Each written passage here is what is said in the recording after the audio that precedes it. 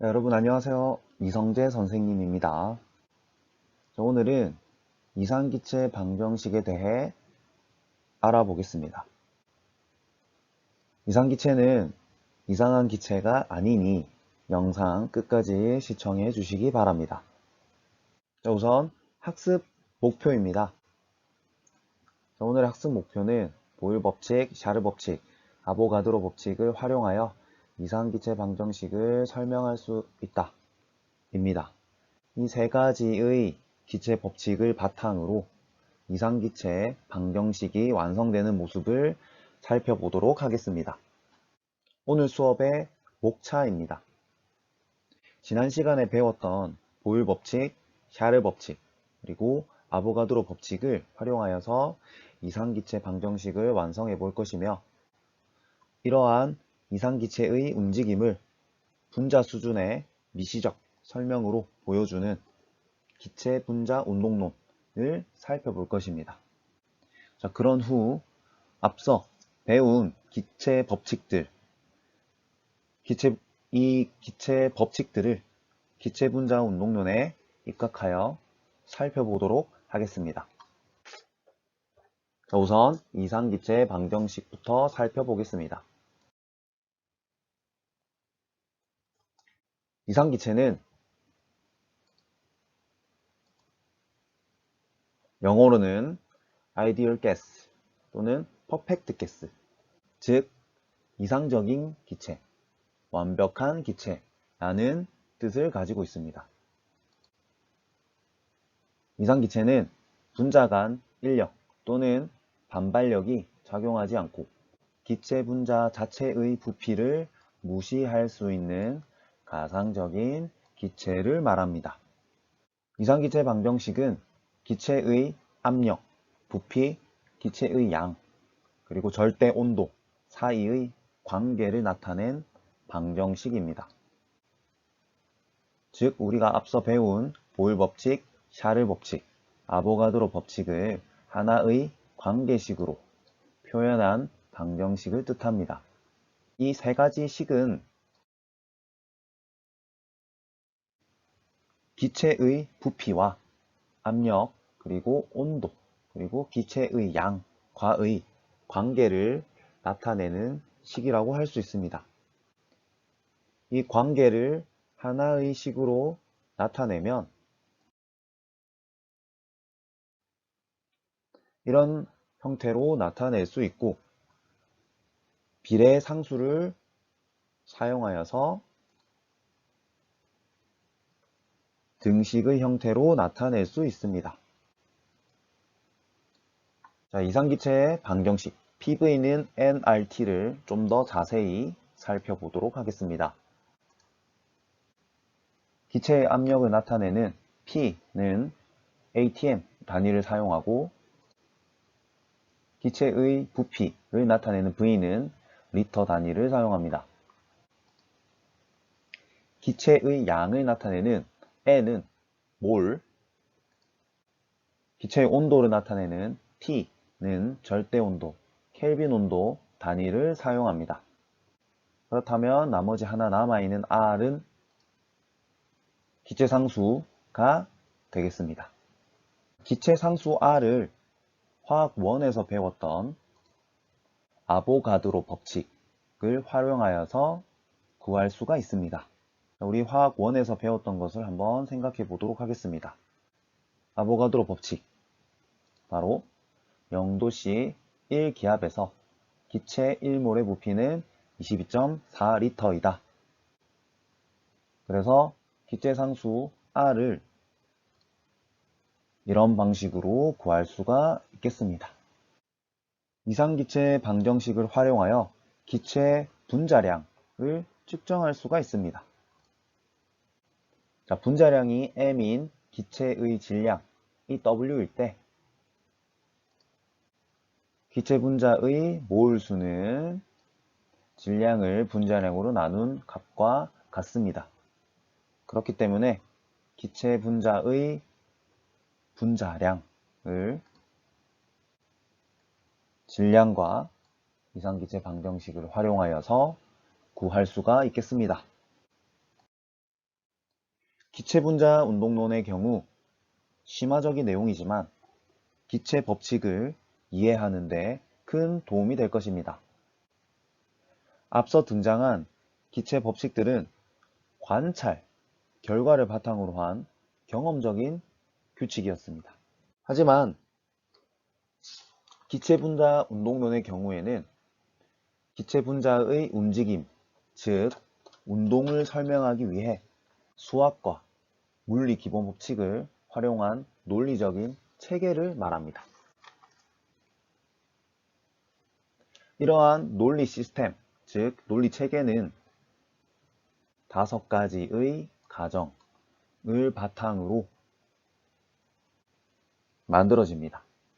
그래서 이러한 특징을 가지고 있는 기체를 우리는 아까 전에 봤던 퍼펙트 가스, 이상기체라고 말할 수 있겠습니다. 그러면 5가지의 가정, 즉 기체 분자 운동론이라고 하는 이론에서 큰 틀이 되는 가정 5가지를 살펴보도록 하겠습니다. 첫 번째, 기체 분자 자체의 크기는 기체가 차지하는 전체 부피에 비해서 매우 작음으로 무시한다. 즉, 기체 분자를 부피가 없는 하나의 점으로 상상할 수 있다는 말입니다. 그래서 자신의 부피를 무시한다 라는 뜻이 되겠습니다. 두 번째, 기체 분자 간에는 인력이나 반발력이 작용하지 않는다. 즉, 어떠한 온도, 압력에서도 이상기체 방정식을 만족한다 라는 뜻입니다. 3. 기체 분자들은 무질서한 방향으로 끊임없이 불규칙한 직선 운동을 한다. 4. 기체 분자는 완전 탄성체로서 충돌에 의한 에너지 손실이 없다. 5. 기체 분자의 평균 운동 에너지는 절대 온도 T에만 비례하며 분자의 크기 그리고 모양 및 종류와는 관계가 없다.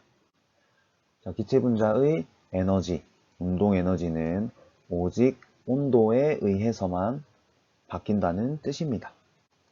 기체 분자 운동론을 바탕으로 앞서 배운 보일 법칙, 샤를 법칙, 아보가드로 법칙에 대한 분자의 움직임을 함께 살펴보도록 하겠습니다. 먼저 보일 법칙입니다. 일정한 온도에서 일정량의 기체의 부피와 압력과의 관계를 나타내는 보일 법칙입니다. 이 보일 법칙을 기체 분자 운동론에 입각하여 모델로서 제시해 보도록 하겠습니다. 자, 종류가 다른 두 기체는 현재 같은 압력과 같은 부피 그리고 같은 온도의 상태에 놓여져 있습니다. 그리고 기체의 양도 같습니다. 그렇기 때문에 현재 같은 부피를 차지하고 있는 것을 볼 수가 있습니다. 자, 이 상태에서 압력을 증가시키면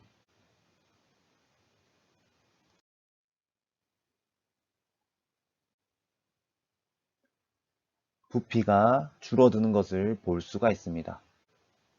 부피와 압력의 곱은 일정한 것을 볼 수가 있습니다. 자, 이 과정을 분자 수준에서 살펴보도록 하겠습니다. P1에서 P2로 외부의 압력이 증가하였습니다. 자, 그래서 내부 압력이 이 속의 기체 분자들에 의해서 생기고 있는 내부 압력이 외부 압력보다 작아지게 되는 경우 부피는 감소하게 되고 실린더 내부 기체 분자들의 충돌수 증가합니다. 벽면에 부딪히는 그 수가 증가하게 됩니다. 그러면 내부의 압력은 증가하게 되고 어느 순간 외부의 압력과 내부의 압력이 같아지는 지점이 있을 것입니다. 자, 이때가 되면 부피가 일정하게 유지가 되는 것을 볼 수가 있습니다.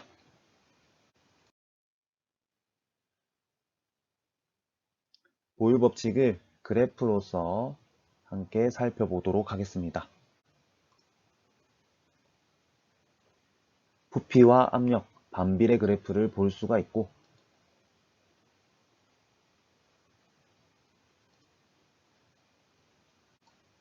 V와 이 지점에서의 부피와 압력의 관계, 그리고 이 지점에서의 부피와 압력의 관계를 살펴볼 수가 있습니다.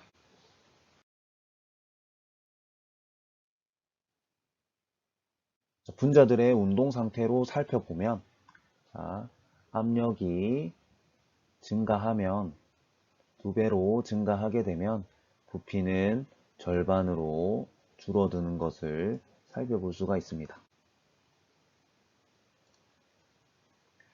일정한 온도 T에서 외부 압력이 2배로 증가하게 되면 기체의 부피는 절반으로 줄어들게 되고 단위 부피당 분자의 수가 2배가 증가하게 됩니다. 단위 면적당 충돌 횟수가 2배로 증가하게 되고 기체의 압력 또한 2배로 증가하게 되는 것을 살펴볼 수가 있습니다. 자, 그리고 한 가지 더 살펴볼 점이 있습니다. 이 그래프의 면적은 P와 V의 곱으로 나타낼 수가 있습니다. 그래서 이 압력이 2배가 되었을 때 의 면적 S2와 같다는 것을 알 수가 있습니다.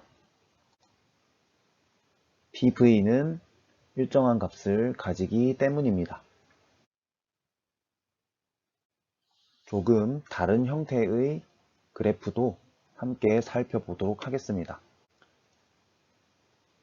PV는 P와 V에 대해서 항상 일정한 값을 가집니다. 압력과 부피는 반비례 관계이기 때문에 이러한 형태를 보여줍니다. 자, 다음으로 일상에서 겪을 수 있는 보일 법칙에 대한 사례를 2가지 살펴보도록 하겠습니다. 자, 깊은 바다로 다이버가 잠수를 했습니다. 그러면 깊은 바다에서 호흡을 하는 과정에서 거품을 내뿜게 됩니다. 이 거품은 위로 점점 올라가서 부피가 커지는 것을 볼 수 있습니다.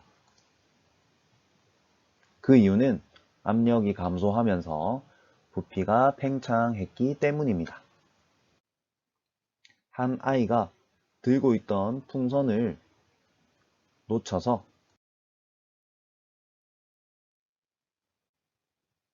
하늘 높이 날아가면 펑 하고 터져버립니다. 그 이유는 높은 곳으로 올라가면서 압력이 점점 감소하게 되고 부피가 팽창하다가 결국에는 터지는 것입니다. 다음은 샤를 법칙을 살펴보도록 하겠습니다. 샤를 법칙은 부피와 온도와의 관계를 나타내는 식입니다. 자, 이것을 모델의 형태로 살펴보도록 하겠습니다. 현재 압력, 그리고 온도, 그리고 분자의 수도 같은 두 기체가 존재하고 있습니다. 자, 이 상태에서 온도를 높여주면 온도가 상승하면서 부피가 팽창하는 것을 볼 수가 있습니다. 즉 부피는 절대온도 T에 비례하는 것을 볼 수가 있습니다.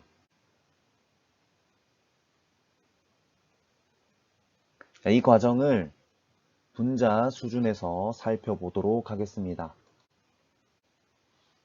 온도가 증가하면 기체 분자의 충돌수 및 충격량이 증가합니다.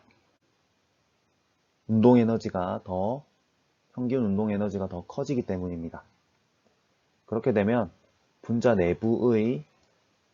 실린더 내부의 압력이 증가하게 되고 외부의 압력보다 내부의 압력이 더 커지게 됩니다. 그러면 기체 분자의 부피는 증가하게 되고 분자 사이의 거리가 점점 멀어지면서 실린더 내부 기체 분자들의 벽면을 충돌하는 충돌수가 감소하게 됩니다. 그에 따라 내부의 압력이 감소하게 되고 외부 압력과 내부 압력이 같아지는 지점이 되면 그때 부피가 일정하게 유지되는 것을 볼 수가 있습니다.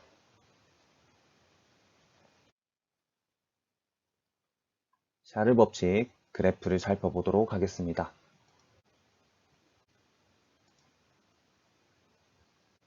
0도씨 부피의 2배가 되기 위해서는 273도씨의 온도가 필요합니다. 각각의 온도에서의 분자 운동을 살펴보면 이러한 형태가 되겠습니다. 일정한 압력에서 실린더 속 기체의 온도를 높여주면 기체 분자의 평균 운동 에너지가 증가하게 됩니다. 실린더 벽면에 충돌하는 기체 분자의 단위 시간당 충돌 횟수가 증가하게 됩니다. 그렇게 되면 내부의 압력이 상승하고 외부의 압력과 내부의 압력이 같아질 때까지 부피가 팽창하는 것을 볼 수 있습니다.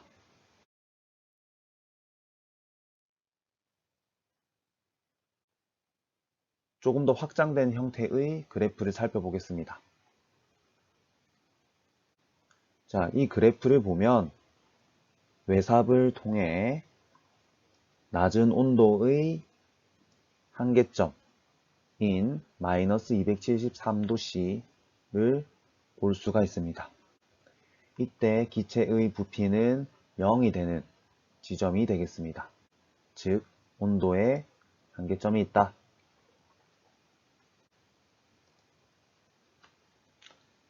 자, 그래서 기체의 부피는 이러한 식으로 나타낼 수가 있겠고, 기체 부피는 온도에 비례하는 모습을 볼 수가 있습니다. 다른 형태의 그래프도 함께 살펴보도록 하겠습니다. 절대온도와 부피와의 관계는 비례관계를 나타내는 것을 볼 수가 있고, 온도와 T분의 V의 경우는 일정한 값을 가진다는 사실을 알 수 있습니다. 일상에서 겪는 샤를 법칙에 대해서 살펴보겠습니다. 여름철의 자동차와 겨울철의 자동차 타이어에 대한 비교입니다.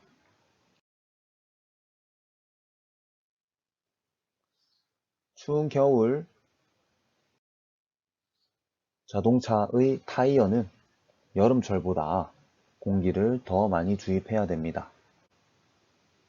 왜냐하면 겨울철에 기온이 더 떨어지기 때문에 기체의 부피가 줄어들기 때문입니다.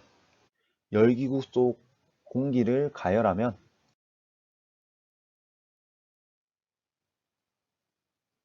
기체의 부피가 팽창하여서 밀도가 줄어들게 됩니다. 그래서 열기구가 하늘 위로 떠오를 수 있게 됩니다. 보일-샤를 법칙입니다. 이름에서 알 수 있듯이 보일-샤를 법칙은 보일 법칙과 샤를 법칙을 하나의 관계로 정리한 식을 말합니다.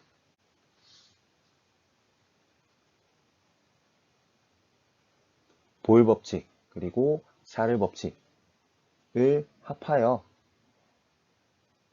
이러한 형태로 나타낼 수가 있습니다. 즉, 온도와 압력과 부피의 관계를 나타내는 식이 되는 겁니다. 보일-샤를 법칙 그래프로 살펴보겠습니다. 부피와 압력과의 관계는 반비례 그래프를 보여주는데 서로 다른 온도에서 이런 형태를 보여줍니다. 같은 압력에서 더 큰 부피를 보여주는 T1이 좀 더 큰 온도라는 사실을 알 수가 있습니다. 온도와 부피 관계 그래프를 보면 서로 다른 압력에서 다른 형태의 그래프를 보여주는데 이 똑같은 온도에서 쭉 올려주면 똑같은 온도에서 더 작은 부피를 나타내고 있는 P1이 조금 더 큰 압력이라고 하는 사실을 알 수 있겠습니다.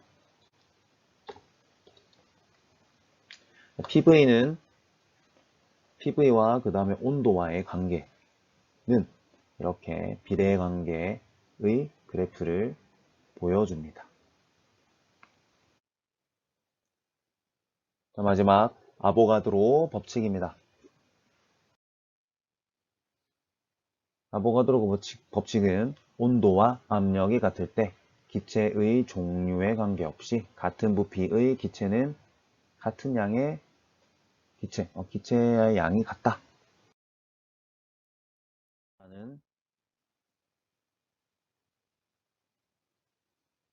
풍선 속에 있는 두 기체의 온도와 압력은 일정합니다.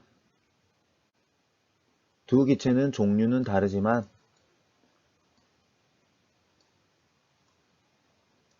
몰수가 같기 때문에 같은 부피를 차지하고 있습니다. 이때 풍선 속 기체의 양을 증가시켜주면